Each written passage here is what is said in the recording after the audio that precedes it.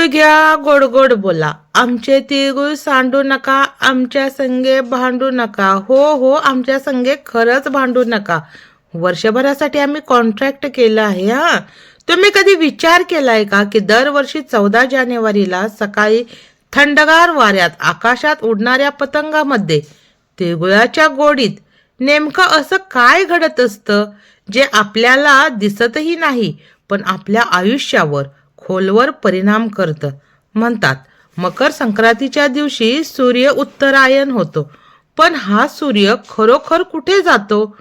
फक्त आकाशातच दिशा बदलतो की आपल्या भाग्यरेषाही बदलत असतात?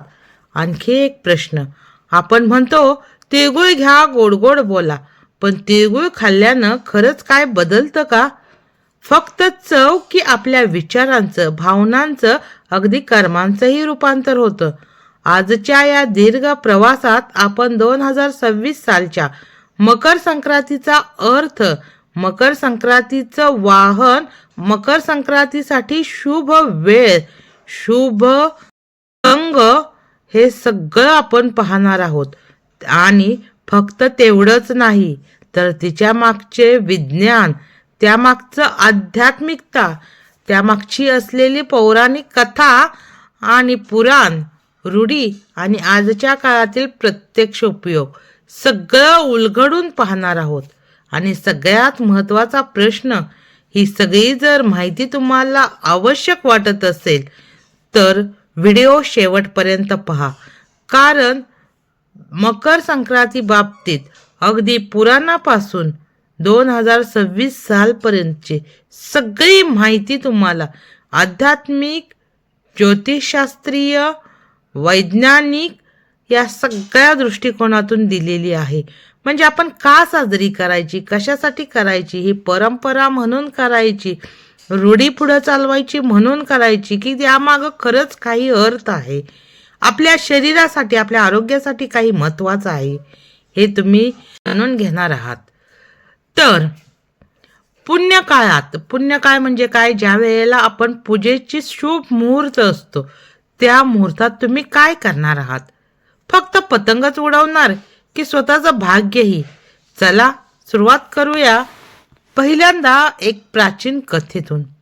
खूप खूप वर्षापूर्वी, जेव्हा आजच्यासारखे घड्याळाचे काठे नव्हते, कॅलेंडरही नव्हती, मोबाईलवर रिमाइंडरही नव्हते, तेव्हा मनुष्याला ऋतू बदलण्याची चाहूल कशी लागत असेल?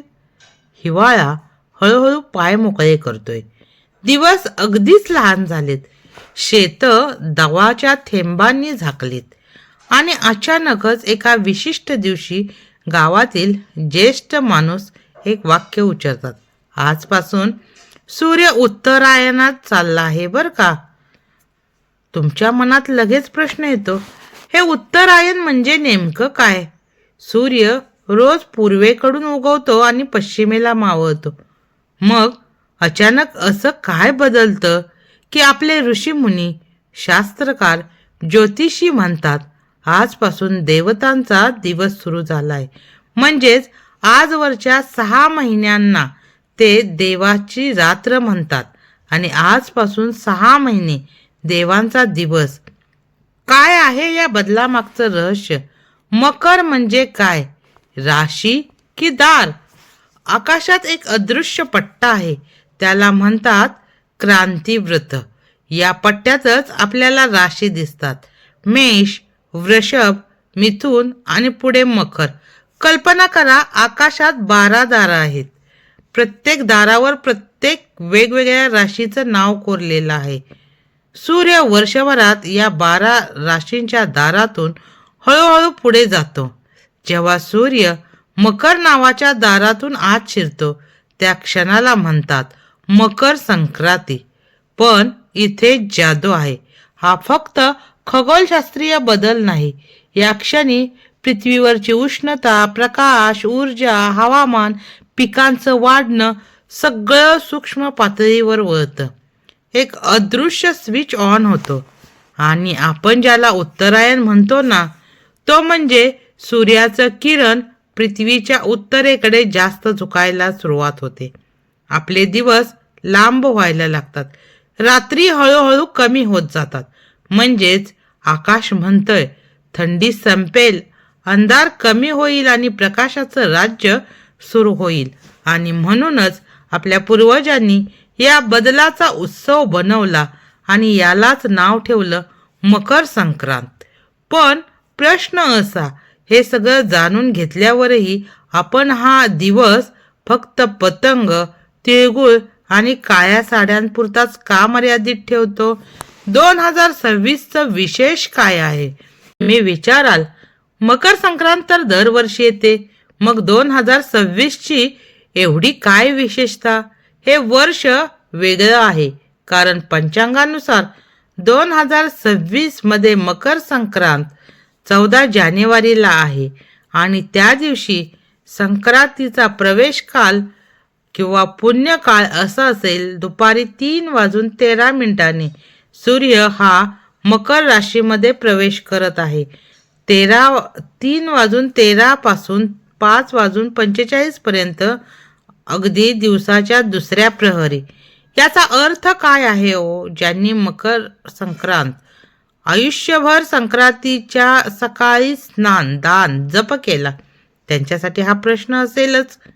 यावेळी पुण्यकाळ दुपारी असेल, म्हणजेच पूजा करण्याचा कालावधी हा दुपारी असेल. तर सकाळी केलेले स्नान काय पुण्य देणार नाही का? इथेच शास्त्र एक मोठं उत्तर देतं.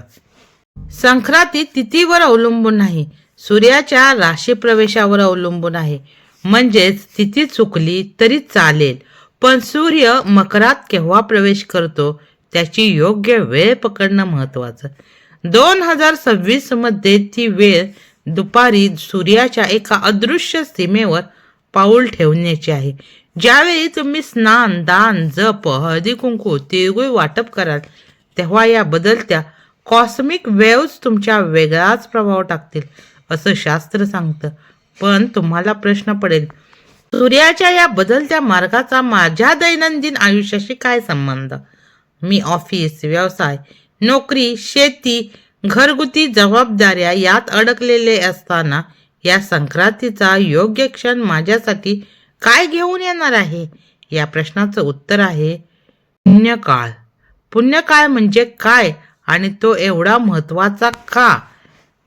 कल्पना करा, आकाशात एक अदृश्य दरवाजा आहे आणि या दरवाजात वर्षभरासाठी काही क्षणासाठी पूर्णपणे उघडतो. या दरवाजातून देवताची सकारात्मक ऊर्जेची, आशीर्वादाची लहर पृथ्वीपर्यंत ओतप्रोत येते. ज्यावेळी हा दरवाजा पूर्ण उघडतो त्यावेळेला धर्मशास्त्र म्हणतं पुण्यकाळ, आणि जेव्हा हा दरवाजा अजून अधिक तीव्रतेने उघडतो एका खास कालखंडात, त्याला म्हणतात महापुण्यकाळ. 2026 मध्ये मकर संक्रांतीचा पुण्यकाळ दुपारी 3:13 लक्षात ठेवा, दुपारी 3:13 पासून ते 5:45 पर्यंत आहे आणि महापुण्यकाळ दुपारी 3:13 पासून 4:58 पर्यंत, म्हणजे साधारण 1 तास 45 मिनिटांचा आहे. हे 105 मिनिटं इतकी मौल्यवान आहेत की शास्त्र म्हणतं या काळात केलेलं दान, जप, साधना 100 पटीने फळ देतात. पण इथे तुमच्यासाठी मोठा विचार करण्यासारखा प्रश्न आहे, या 105 मिनिटात तुम्ही काय करणार?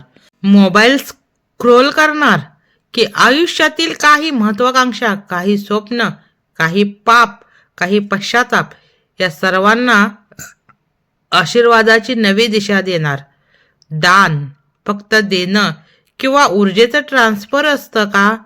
शास्त्र म्हणतं मकर संक्रांत ते रथसप्तमी दरम्यान केलेलं दान पूर्वजन्मानंतरचं 100 पटीने परत मिळतं. ताबडतोब तुमच्या मनात प्रश्न, कसं काय? मी आज दिलेली छोटीशी वस्तू, थोडेसे पैसे पुढच्या जन्मात 100 पटीने परत कसे येणार? आणि खरंच पुनर्जन्म असेल का? असेल तर आठवणार तरी का? यावर एक साधा प्रयोग करा.